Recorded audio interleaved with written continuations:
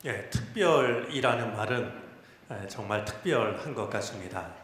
오늘 문득 궁금해지는 것은 우리 이 자리에 참여한 교우 중에서 가장 멀리서 오신 분이 누구실까? 또 가장 일찍 일어난 분은 어떤 분이실까? 이런 생각이 듭니다. 저는 보통 새벽 4시 반에 이제 깨어서 새벽 준비를 합니다. 오늘 새벽은 달랐습니다. 평소처럼 잠이 들었는데 오늘은 새벽 3시에 저도 모르게 눈이 뜨여졌고요. 눈을 뜨고서 오늘 나눌 말씀을 묵상하다가 또 잠이 들겠지 했는데 잠이 들지 않았습니다. 그래서 바로 준비하고 목양실로 나왔는데요. 아마 떨림 때문일지 설렘 때문일지 이제 이런 생각을 하면서 우리 교우들도 마찬가지 아닐까 이런 생각을 해보았습니다. 어제 저녁에 몇몇 분들과 시간을 함께 보냈는데 그분들도 이 특별 새벽 기도회에 어떤 마음으로 어떻게 참여할지 이런 계획들을 이야기하시는데 우리 모두의 마음이 다 특별하구나 이런 생각을 이제 하게 되었더랬습니다. 우리 이번 특별 새벽 기도 하는 동안 하나님께서 몇 가지 은혜를 우리에게 좀 베풀어 주셨으면 참 좋겠다 생각이 듭니다. 첫 번째는 건강을 주셨으면 좋겠습니다. 또 한 가지는 우리를 평안케 하셨으면 좋겠습니다. 그래서 이 자리를 지키려고 하는 그런 우리들의 마음이 방해받는 일이 일어나지 않기를 바랍니다.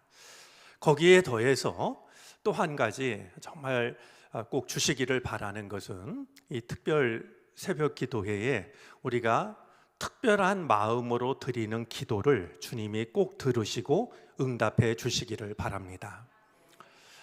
십자가의 은혜는 우리의 힘으로 얻을 수 없는 주님만이 주실 수 있는 특별한 은혜를 담고 있습니다. 우리가 이 2주간 특별 새벽 기도회를 하는 동안 내가 구별된 마음으로 간절히 드리는 나의 기도가 응답받는 은혜가 임하게 되기를 바랍니다. 아울러 또 한 가지 구하고 싶은 은혜가 있습니다. 이 시간을 통해서 우리 모두가 주님의 참 제자가 되었으면 좋겠습니다. 이번 특별 새벽 기도의 주제가 나를 따라오라라는 주제이고 이제 예수님의 12제자에 대해서 우리가 생각을 이제 하려고 합니다.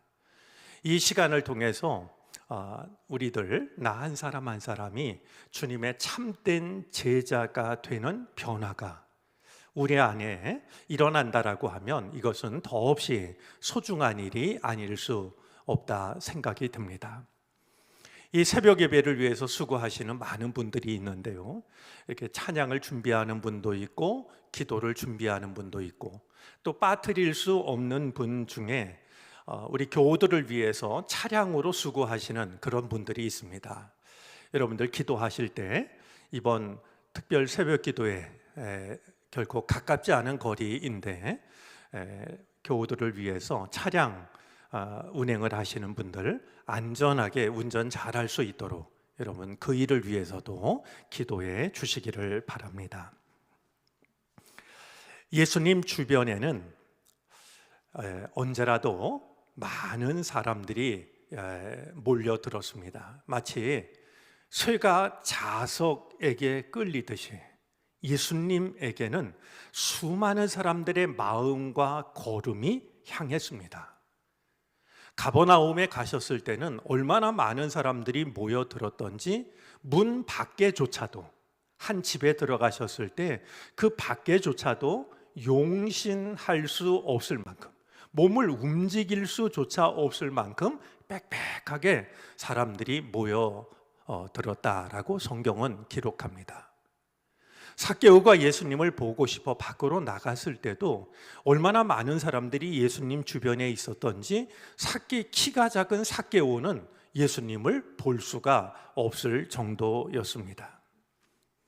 그런데 예수님 주변에 있었던 그 수많은 사람들을 세 부류로 생각해 본다면 다음과 같은 사람들이었을 것으로 짐작이 됩니다. 첫 번째 사람들은 그들로서는 이 말이 달갑지 않겠지만 구경꾼들이 있었습니다. 호기심을 가지고 모인 사람들입니다. 특별히 예수님께서 놀라운 기적들을 행하셨기 때문에 그것은 정말 어디에서도 볼 수 없었던 놀라운 광경이었습니다. 그 모습을 보고 싶어 하는 사람들이 그중 많았을 거라고 여겨집니다. 또 한 부류의 사람들은 병자들을 비롯한 예수님에게 뭔가 정말 해결해야 될 문제를 가지고 있는 사람들이 있었습니다. 아마 예수님 주변에 있었던 사람들 중에 빠뜨릴 수는 없지만 가장 적은 숫자를 차지했던 사람들은 제자들이었을 것이라 생각이 됩니다. 자, 이 제자들 중에는 결국은 예수님을 중간에 떠나간 많은 제자들도 있었고 끝까지 예수님을 떠나지 않은 12 제자들도 있었습니다. 자, 그런 점에서 이 제자라고 하는 말을 여러 가지로 이야기할 수 있겠지만 우리가 이 수많은 예수님 주변에 있었던 수많은 사람들을 생각하면 제자라고 하는 사람들은 무슨 일이 있어도 예수님을 떠나지 않았던 사람들입니다. 우여곡절은 많았지만 그래도 끝까지 주님을 떠나지 않았던, 주님을 떠나는 것이 불가능했던, 끝까지 주님을 따랐던 사람들이 제자였습니다. 제가 이번 특별 새벽 기도를 통해서 우리가 받을 은총 중에 우리가 참 제자가 되기를 바라는 그 은총을 이야기한 것도 같은 의미입니다. 우리가 세상을 살다 보면 주님을 따르는 것이 힘들게 느껴지고 믿음을 포기하고 싶고 이런 일들이 우리에게 왜 없겠습니까만 우리가 끝까지 주님을 따라가는 그것이 제자의 의미라고 한다면 우리가 주님의 참 제자가 되는 것을 마음을 다해 사모하고 누려야 하지 않을까 하는 생각이 들기 때문입니다. 제가 한 달여 전에 민영진 교수님을 만났는데요. 민 교수님이 한 교수님을 칭찬을 많이 하시더라고요. 그분이 쓴 책에 서평을 쓰게 됐는데 책을 읽어보니까 아주 참 그 글이 내용이 정말 참 좋더라라는 것이었는데요. 근데 우연히도 제가 그 책을 그분이 쓴 책 하나를 선물로 받았는데 그 선물로 받은 책 제목이 12 제자 이야기라는 제목이었습니다. 마침 말씀을 준비하는데 큰 도움이 됐는데요. 여러분들이 혹시 내가 12 제자에 대해서 조금 더 관심을 가지면 좋겠다 이런 생각이 있는 분은 12 제자 이야기라고 하는 이진경 교수가 쓴 책인데요. 한번 구입해서 보시면 굉장히 많은 도움을 받을 수 있으리라고 생각이 듭니다. 참고하셔도 좋을 것 같습니다. 자, 이번 특별 새벽 기도회의 주제인 나를 따라오라라는 이 말씀은 예수님께서 첫 번째 제자들을 부르시면서 하셨던 말씀입니다. 여러분, 예수님께서는 감언 이설로 제자들을 유혹한 게 아니었습니다. 우리가 성경을 읽으면서 기억해야 될 것 중에 하나는요, 예수님이 수많은 기적을 행하셨지만 제자들을 부르시기 전에 행한 기적은 없었습니다. 즉 예수님은 놀라운 기적을 행해서 제자들을 놀래게 하고 그들을 제자로 삼은 것이 아니었다라는 사실입니다. 자, 나를 따라오라라는 이 짧은 한마디 말로 제자들을 부르시는데요. 나를 따라오라라는 말도 짧은 말이지만 사실 예수님께서 제자들을 부르면서 하셨던 원래의 말씀은 더 짧은 말씀입니다. 나를 따라오라라는 이 말의 원어의 뜻은 뭐냐 하면 내 뒤로라는 말입니다. 여러분, 우리가 주님을 따라간다라고 하는 것은 주님 바로 뒤에 서는 겁니다. 내가 내 삶의 맨 앞장을 서서 살아가는 게 아니라요, 특별히 주님의 제자가 된다라고 하는 것은, 제자의 삶을 산다라고 하는 것은 주님 뒤에 서는 겁니다. 앞에 서는 것도 아니고 멀찍이 떨어지는 것도 아니라 주님 바로 뒤에 서서 주님을 따라가는, 그들이 바로 주님의 제자들인 것입니다. 주님이 제자들을 부르시는 것을 보면 그들의 일터에서 부르십니다. 때로는 고기를 잡는 바닷가에서 부르시기도 하고, 세관 앞에 앉아 있는 세리를 부르시기도 합니다. 여러분, 주님은 우리가 살아가는 삶의 자리에서 제자로 부르십니다. 그런 점에서 이 제자로 부르신다라고 하는 것은 직업의 변화가 아닙니다. 존재의 변화이기도 하고, 가치의 변화이기도 하고, 삶의 우선순위의 변화이기도 합니다. 고기를 잡던 제자들을 사람을 살리는 사람으로 부르시는 겁니다. 땅의 일에 얽매여 있던 이들에게 하늘의 일로 초대를 하시는 겁니다. 이제 우리 교우들 중에는요, 선생님을 하시는 분들이 있습니다. 주님은 그들도 제자로 부르실 겁니다. 단순히 지식을 전달하는 것이 아니라 그들을 참 생명으로 이끄는, 그것이 제자로의 부름입니다. 또한 우리 교우들 중에 의사인 교우도 있는데요, 육신의 질병만 고치는 게 아니라 마음의 질병을 고치는, 그래서 그들의 영혼을 살리는, 이것이 바로 제자로의 부름인 것입니다. 우리 성경에 나오는 이 제자들이 참 복되다라고 여겨지는 것은요, 예수님을 만난 그 자리를 주님을 따라가는 자리로 삼았다는 사실입니다. 나를 따라오라라는 그 말씀을 들은 그 자리를 주님을 따라가는 자리로 삼았다. 자, 그런 점에서 이제 우리들도 이 특별 새벽 기도회를 가지면서 내가 지금은 어려워도 나중에 언젠가 주의 제자가 돼야지, 이렇게 미루지 마시고요, 지금 주님을 따라가는, 그래서 주님의 참 제자가 되는, 여러분이 살아가는 삶의 자리에서 이제 여러분들이 존재가 변화되고, 또한 삶의 방향이 바뀌고 삶의 우선순위가 달라지는, 이런 참된 제자가 되는 놀라운 은혜가 임할 수 있게 되기를 바랍니다. 미루지 마시고 지금 꿈꾸시기를 바라고요. 먼 훗날로 생각하지 마시고요, 바로 여기에서 주님의 제자로서 첫걸음을 내디딜 수 있게 되기를 바랍니다. 자, 오늘 첫날이기 때문에 이번 주제에 대한 설명을 드리느라고 시간이 제법 갔습니다. 오늘 우리가 생각하려고 하는 첫 번째 제자는 제자들의 맏형이라고 여겨지는, 수제자라고 여겨지는 베드로입니다.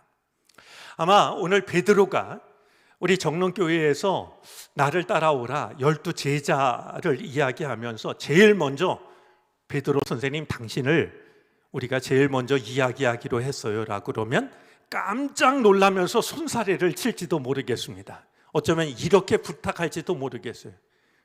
혹시 나를 빼주면 안 될까요?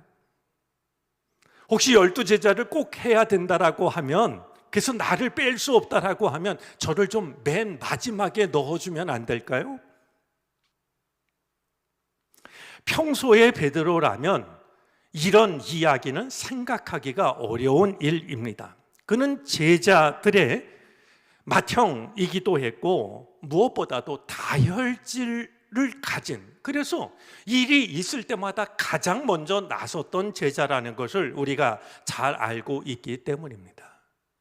그럼에도 불구하고 이런 생각을 하게 되는 데는 이유가 있습니다. 오늘 성경 말씀은 베드로가 잊을래야 잊을 수 없는, 어떤 것으로도 낫지 않은 큰 상처를 남긴 순간을 담고 있습니다. 예수님이 붙잡히시던 밤, 비록 멀찍이 따라가긴 했지만 다른 제자들이 다 도망을 쳤을 때 그래도 예수님을 따라간 사람이 베드로였습니다. 멀찍이라는 이 단어 하나는 마음에 걸립니다만 그래도 베드로로서는 그것이 용기라면 용기였고 최선이라면 최선이었습니다. 예수님이 어떻게 되나 걱정스러운 마음으로 상황을 살피는데 여종이 와가지고, 일을 하는 사람이 와가지고 너도 예수와 같은 편이 아니냐 이야기를 하기 시작합니다. 베드로의 마음속에 두려움을 다 떨쳐내지 못한 그 마음이 있었습니다. 베드로는 때마다 나는 아니다, 나는 예수님과 한편이 아니다, 나는 예수님을 모른다, 부인하기 시작을 합니다. 같은 내용을 기록하고 있는 마태복음의 기록이 참 마음 아픈데요. 마태복음의 기록을 보면요, 베드로가 3번을 부인할 때 어떻게 부인하냐 하면은요, 모든 사람 앞에서 부인하고요, 맹세하며 부인했고요, 그래도 사람들이 믿질 않으니까 이번에는 저주하며 부인을 합니다. 여러분, 저주 단어 하나지만 실제로 이 저주가 어떤 말이었을까 생각하면 참 끔찍하지 않습니까? 주님은 그리스도라고 고백했던 이 베드로가 자신의 위험을 면하기 위해서 예수님을 저주하며 부인했으니 말이죠. 그때 마침 새벽 닭이 울었고 베드로는 오늘 밤 새벽 닭이 울기 전에 내가 나를 3번 부인하리라 라는 주님의 말씀이 떠올라서 밖에 나가 심히 통곡을 합니다. 아마 베드로가 통곡했던 것은 예수님을 3번 부인한 것도 너무 부끄러운 일이지만 그보다 더 비참했던 것이 있었을 겁니다. 예수님께서 오늘 너희가 나를 다 버릴 것이다 라고 이야기를 했을 때 베드로는 장담을 했습니다. 세상 모든 사람들이 다 주님을 버려도 저는 주님을 버리지 않을 겁니다. 주께서 닭이 울기 전에 네가 3번 나를 부인하리라 이렇게 말씀하시자 베드로는 또 장담했습니다. 내가 주님과 함께 죽을지언정 주님을 부인하지 않겠습니다. 이 말을 했던 베드로가 잠깐 시간이 지난 뒤에 죽을지언정 이렇게 얘기했던 베드로가 죽게 될까 봐 예수님을 3번이나 부인을 했으니 이 일을 어찌 잊을래야 잊을 수 있겠습니까? 여러분, 우리가 베드로에 대해서 생각할 때 함께 떠올려야 될 게 있습니다. 사도행전을 읽어보면은요, 초대교회의 가장 중심에 섰던 지도자는 베드로가 아닙니다. 야고보입니다. 여러분, 종교 권력에서 베드로가 밀렸던 걸까요? 저는 그렇게 생각하고 싶지 않습니다. 이 초대교회를 이끄는 최고의 지도자, 초대교회의 중심에는 우리 생각에는 당연히 베드로가 있어야 했습니다. 주는 그리스도시여 살아계신 하나님의 아들입니다 라고 고백을 했을 때 주님께서도 베드로를 축복하시면서 내가 반석 위에 내 교회를 세우겠다, 베드로에게 말씀을 하셨으니 베드로는 당연히 초대교회의 제일 앞선 지도자가 당연했고 초대교회의 중심에 있어야 될 가장 중요한 사람이었습니다. 그럼에도 불구하고 사도행전을 읽어보면 초대교회를 이끄는 최고의 지도자가 베드로가 아닌 야고보였다라고 하는 것은 무엇을 의미할까요? 저는 오늘 이 말씀과 무관하지 않다라고 생각합니다. 나는 주님을 부인했던 사람이다.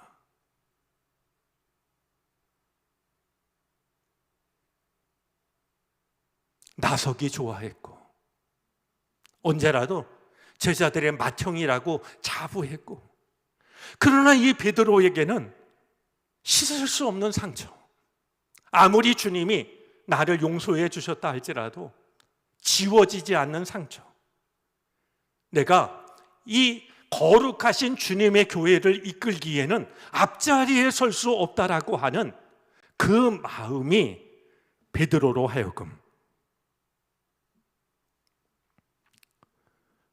초대교회의 지도자 자리를, 중심의 자리를, 거리를 두게 하지 않았을까? 여러분, 이 베드로가 다윗을 몰랐을까요? 성전을 짓고 싶어 했지만 손에 피가 묻었기 때문에 성전을 지을 수가 없었던 다윗을 베드로는 알고 있었을 겁니다.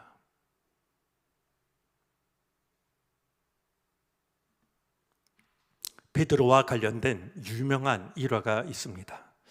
소설로도 영화로도 만들어졌는데요. 코바디스라는 말이죠.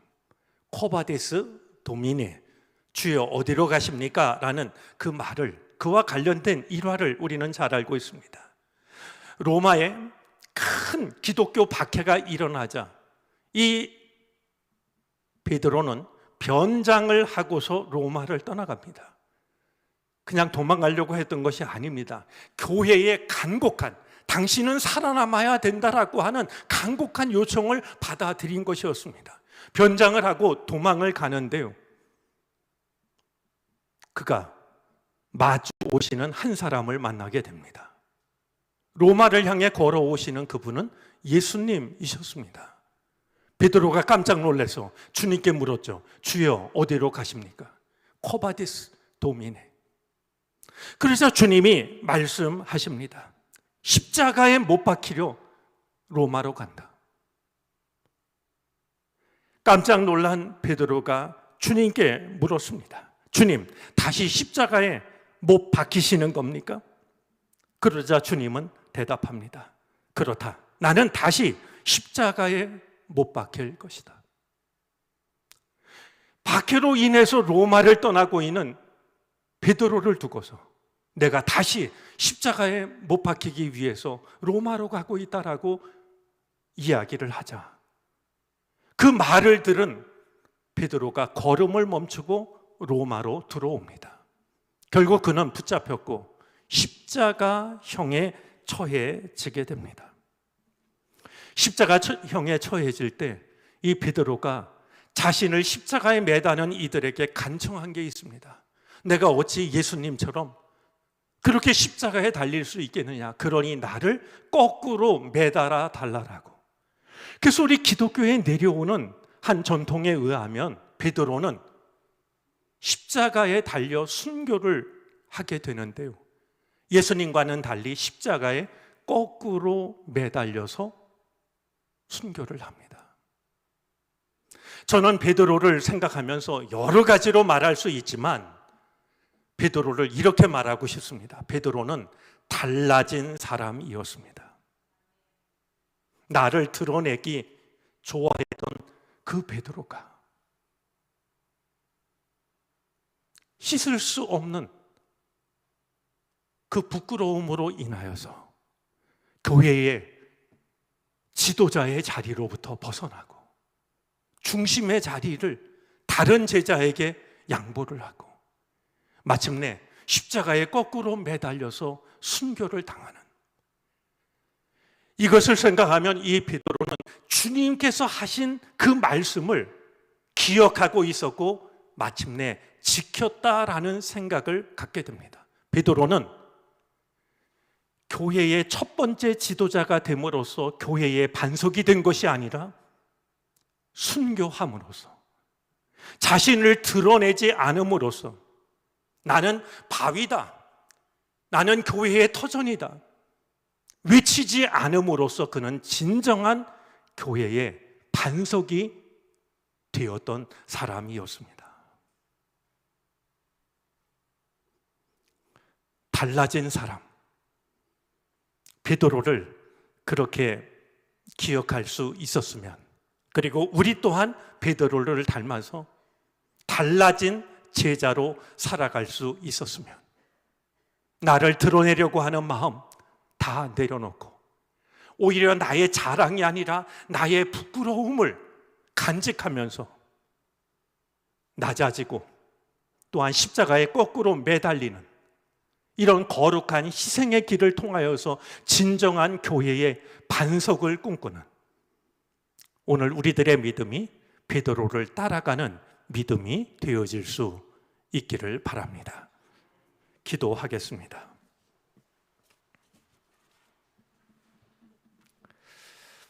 구별된 마음으로 주님을 따라가는 사순절 특별 새벽 기도회를 시작하게 해 주시니 감사를 드립니다.